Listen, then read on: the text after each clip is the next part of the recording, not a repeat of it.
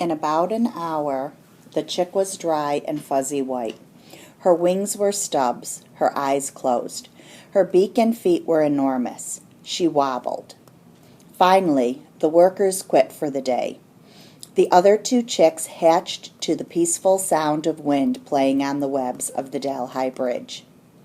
That second day of June was cold. Snow clouds hung over the river and valley. The mountain laurel tightened their leaves, and the apple blossoms froze. Frightful did not feel the grip of the Arctic cold.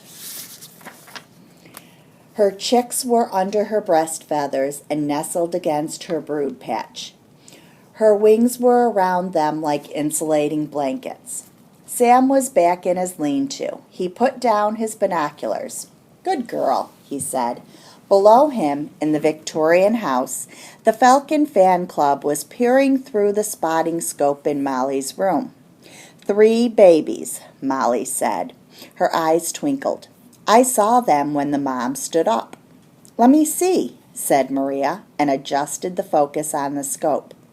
"Ah, phooey, she's sitting on them." "3 babies," said Huey. "They can't paint the bridge now." "Wanna bet?" asked Jose. "No," Huey answered, "I don't." "Let's write the governor again," Maria said. "We'll tell him about the babies. He loves babies. He said so." "Tell him we'll name them after his kids if he stops the work," said Molly. "That might do it." "Wanna bet?" asked Jose.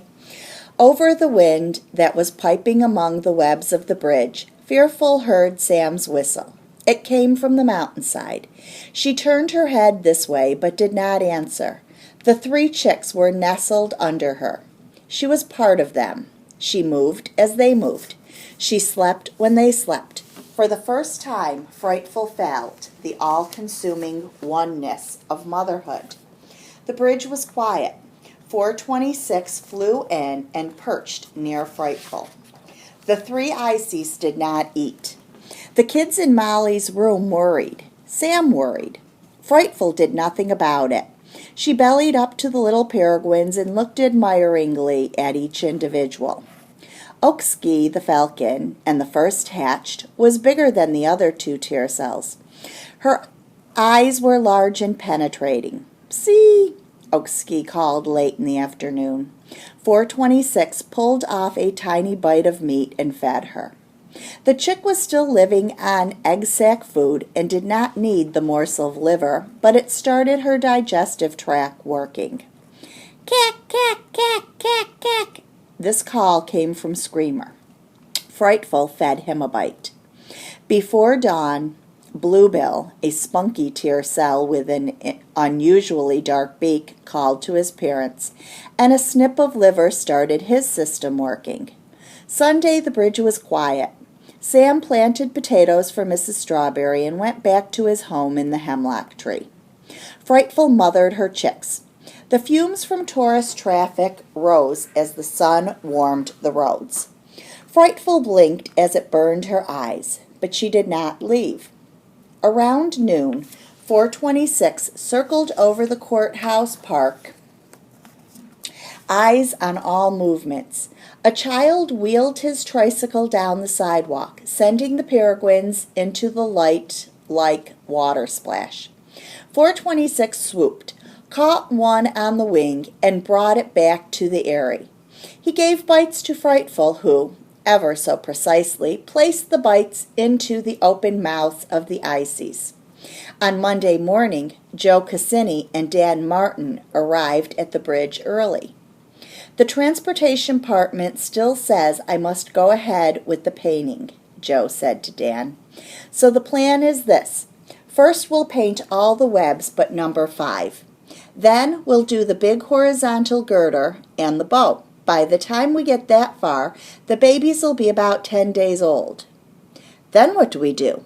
They can't fly then, can they?" "No, not according to Leon Longbridge," Joe Cassini said, looking up at the eyrie. "But he did say that when they were 10 days old and pretty well feathered, he could move them to the box in the sycamore tree. Said their parents will feed them for sure." Maybe this mother won't do that, said Dan Martin. She's a funny bird. She's not too motherly when she's not on her eyrie. I've seen her flying off toward the mountain upriver and staying a long time. Dan, Joe Cassini said, you get up there and paint the webs, but don't scare them away. I've got a soft spot for that family. Joe Cassini looked at the top of the bow. I'll give you a cherry picker if you need one. I don't, Dan said, and walked along the bridge to study the complex webbing.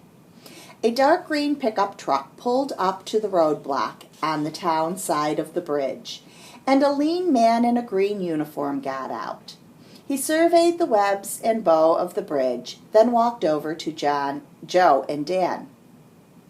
Good morning, he said. I'm Flip Pearson from the U.S. Fish and Wildlife Service. They shook hands. I understand you have a peregrine falcon nesting on this bridge? Flip Pearson said. Yeah, said Joe Cassini answered. A pair. I've been sent by Washington to move the ices to another site. A second man got out of the pickup and joined him. This is Dr. Werner, our peregrine expert. Pleased to meet you, Joe Cassini said. The doctor nodded but did not acknowledge the greeting. His dark hair almost covered thick black eyebrows that shadowed a thin face. He did not even speak. It's important to save those birds, Flip said. It sure is, said Joe Cassini. There's an awful lot of opinion around here to do just that. Think you can move them? Dan Martin asked. The state tried once, but it didn't work. That's what I understand, said Flip Pearson. But they moved eggs, not ices. Dr. Werner glanced up at the bridge. Ices are a whole different ballgame, Flip Pearson went on. Once the chicks are hatched, the parents will take care of them wherever you move them. Are you going to put them in the sycamore tree? Asked Joe Cassini. No. Flip answered, That's too low. No peregrine would come that low and that close to the traffic. Is that so? Said Joe Cassini. I guess the conservation officer didn't think of that. That's why the falcons didn't come back to their eggs, Flip said. Too low. Well, said Joe Cassini, what can we do to help you? The faster we move, the better, said Flip Pearson. Could you bring the cherry picker up to the nest? Dan, said Joe Cassini, you can operate the cherry picker, can't you? Yeah, he said, but won't it freak them out? The quicker we take them, the quicker the birds will adjust, said Flip. Dr. Werner nodded a strong affirmative. There'll be some panic, Flip said, but when we relocate the ices, the parents will calm down. You sure? Yes, I am. Dan Martin started the cherry picker and drove it under the eyrie. He lowered the bucket. Flip got in and was hoisted to the nest. Molly was watching from her bedroom window. She focused the spotting scope on the door of the green pickup. U.S. Fish and Wildlife Service, she read, and got on the phone. Huey, she said, call the kids and tell them to come down to the bridge right away. The U.S. Fish and Wildlife Service is finally doing something about the peregrines. What? Moving them, I think. She hung up. Frightful did not see the cherry picker until Flip's head and arm came up over the horizontal girder. She took off in panic. 426 followed her.